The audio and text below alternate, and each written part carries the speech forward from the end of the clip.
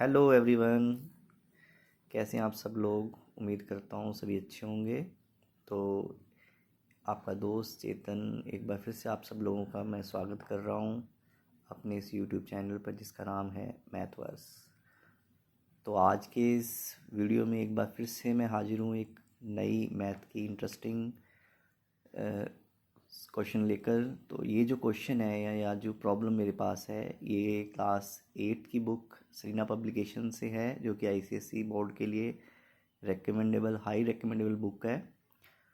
उस बुक का ये क्वेश्चन टॉपिक इंटरेस्ट, और काफ़ी इंटरेस्टिंग है। ओनली नॉट इंटरेस्टिंग या important for the ICSE, even in the CBSE and Punjab board also.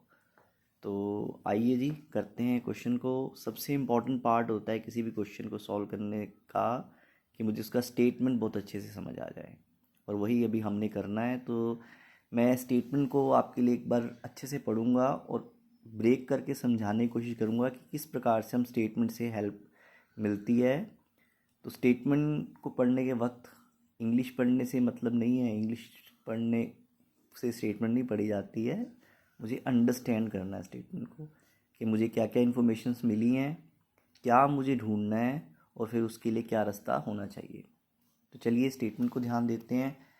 तो स्टेटमेंट है divide ₹36,000 into two parts such that the interest on one part for 4 years at 12% per annum is equal to interest on the other part for 6 years at 8% per annum।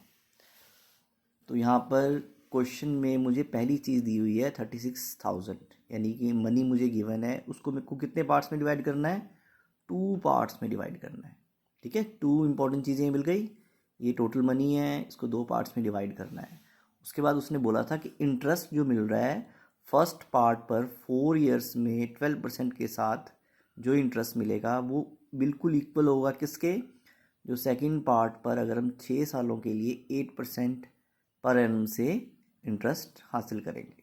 यानी दोनों interest आपस में क्या है? बराबर हैं दोनों पार्ट्स के। पहले पार्ट पे 12% रेट ऑफ इंटरेस्ट है 4 ईयर्स के लिए, दूसरे पार्ट पर 8% का इंटरेस्ट है 6 ईयर्स के लिए। तो इसके बाद हम क्वेश्चन को शुरू कर लेते हैं। सबसे पहला हिस्सा लिखेंगे, क्योंकि मुझे तो फर्स्ट पार्ट और सेकंड पार्ट चाहिए ना। तो let the first part ₹X and the another part is 36,000 minus x। जब दो पार्ट्स का टोटल 36,000 है तो एक x और दूसरा 30,000 माइनस एक्स। तो ये एक सिंपल तरीका होता है दो पार्ट्स को लेट करने के लिए।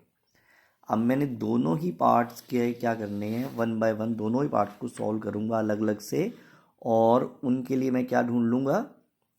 उनके वैल्यूज़, यानी कि उनके लिए उनके इंटरेस्ट वैल्यूज़ ढूंढूंगा दोनों ही पार्ट्स के।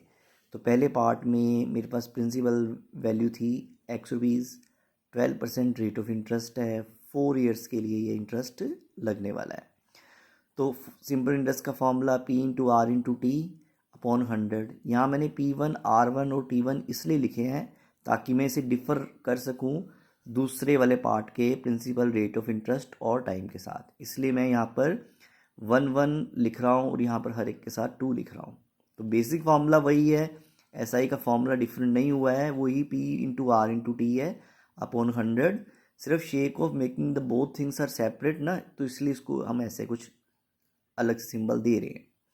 तो x की वैल्यू P1 की वैल्यू यहाँ पर x है, R1 की वैल्यू 12% है, और T का वैल्यू यहाँ 4 है, और नीचे अपन में 100 आ गया। कुछ भी करेक्ट कटिंग नहीं करेंगे, हालांकि इजी लग रहा है कि ना 4 के टेबल में 25 पर 100 कट हो जाता है। I say no need to do that, भाई उसको करने की ज़रूरत नहीं है। आगे जाके जब हम सम को फर्दर करेंगे तो ये ऑलरेडी करेक्शन का पार्ट बनेगा, तो इसलिए इजी वे में चलते हैं। सिर्फ 12 को 4 से मल्टीप्लाई किया, 48/100। तो ये SI1 की वैल्यू मेरे पास आ गई, यानी simple interest on the part 1 पहले पार्ट पर।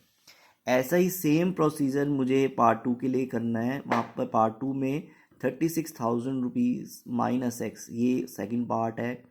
रेट ऑफ इंटरेस्ट 8% है, टाइम 6 ईयर्स का है। तो SI2 निकालेंगे जो है P2 into R2 into T2, यानी कि वही P into R into T है, बस उसके लिए मैंने अलग सिंबल बना लिया ताकि पहले वाले रेट ऑफ इंटरेस्ट और ये दूसरे वाले रेट ऑफ इंटरेस्ट या प्रिंसिपल आपस में मिक्स ना हो, कन्फ्यूज़न नहीं होगी ना, उससे आप सेपरेटली खुद भी समझ पाओगे, एग्जामिनर को भी एक्सप्लेन कर पाओगे।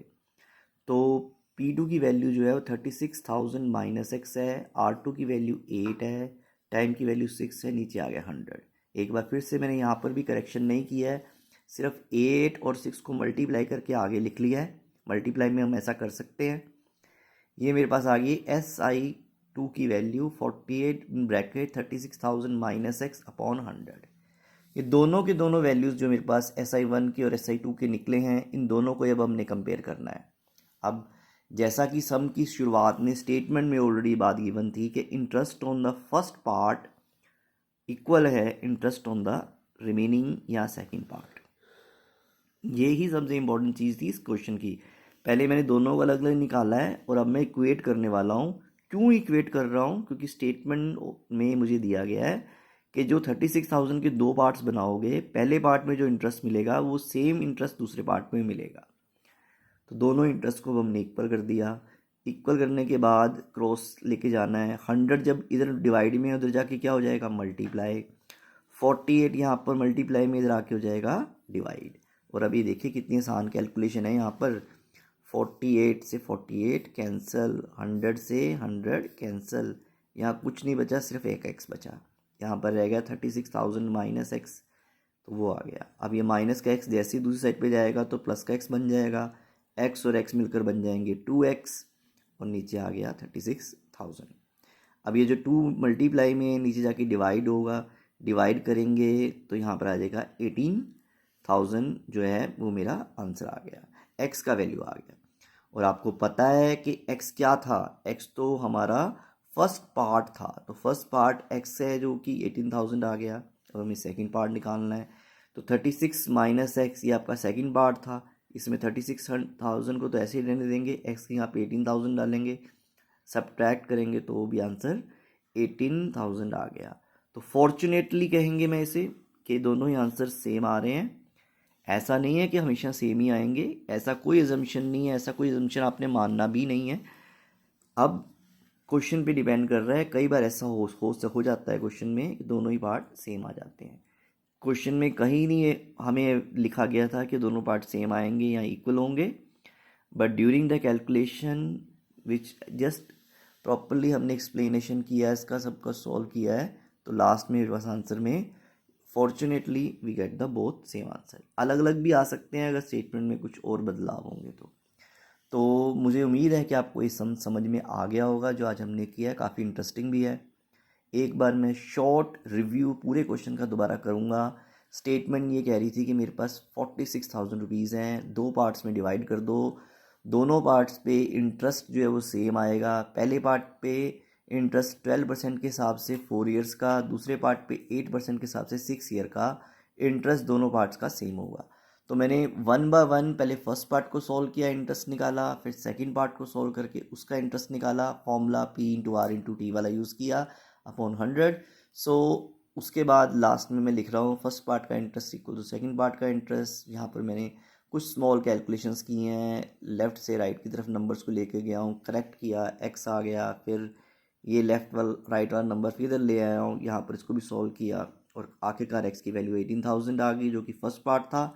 और पुट किया उस वैल्यू को मैंने 36,000 माइनस एक्स में x की वैल्यू को, और वहाँ से मुझे मिल गया x का यानी सेकंड पार्ट का वैल्यू जो कि 18,000 था।